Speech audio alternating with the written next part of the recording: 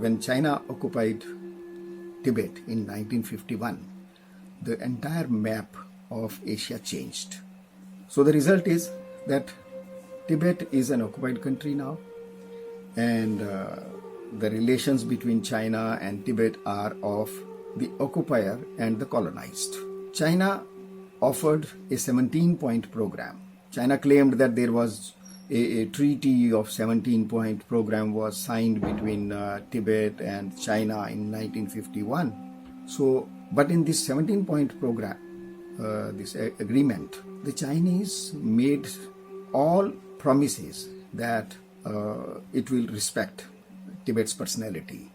It very clearly offered that the Chinese will not interfere in the culture of Tibet, in the social system of Tibet, and even within the Dalai Lama system or the monastic system. But it was very shocking to see that one after other they broke almost every point they went back on almost every point of the 17-point program.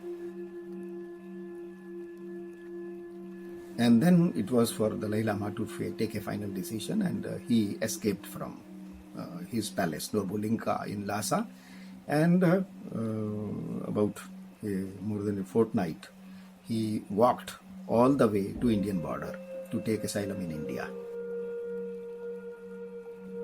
The situation remains same. Tibet remains occupied by China. Dalai Lama is living in exile with a very handful of Tibetans with him. They are running a kind of government in exile, which is named as Central Tibetan Administration in the Dharamsala town of northern India.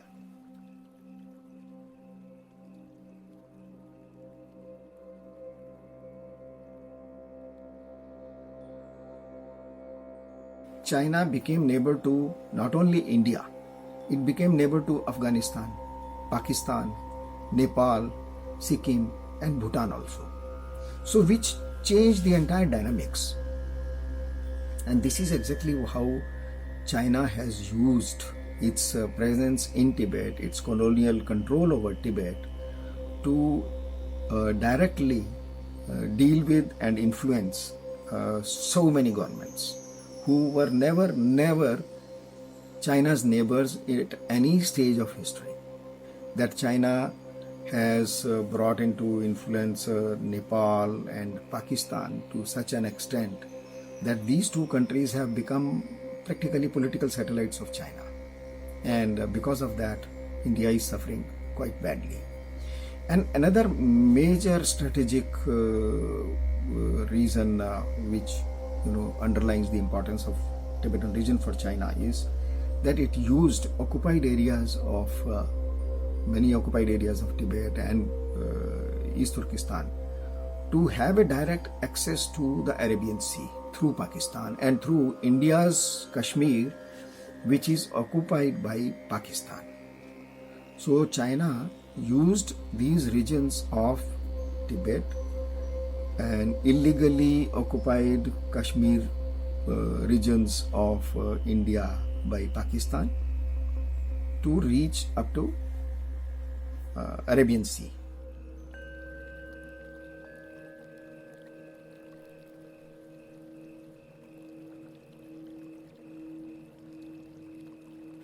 China has a very clear-cut policy and opinion on Tibet.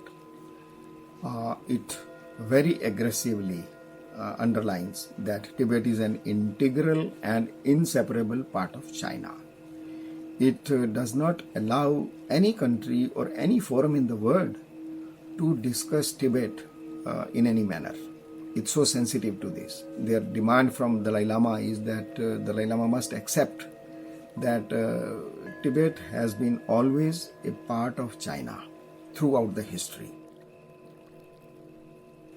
Dalai Lama, he is ready to accept Tibet as a part of China under Chinese constitution, but only if China agrees to give it genuine autonomy. So this issue of genuine autonomy is something on which neither Chinese agree to accept it, and nor Dalai Lama is going to give in further. So, on this issue, particularly on the issue of genuine autonomy, there is a big difference between China and Tibet. The Beijing government has said more than once that this concept of genuine autonomy is only a prelude to the Tibetans' next demand of independence from China, and China is not ready to accept it. So they both are held on this particular issue. Dalai Lama has made it very clear to China that because China demands that Dalai Lama must accept that Tibet was never an independent country and Tibet was always a part of China.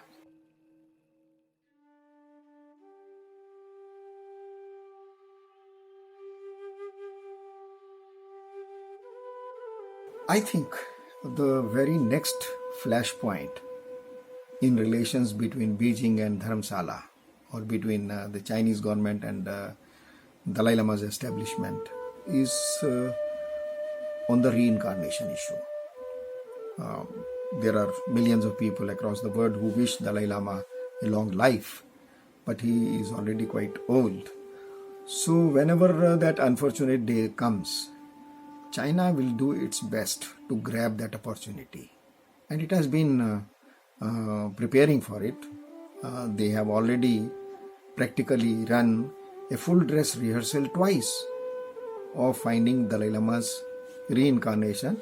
When I say a full dress rehearsal twice, I mean in early 90s, when they formally, officially sponsored the search of Karmapa and also the search of Panchen Lama.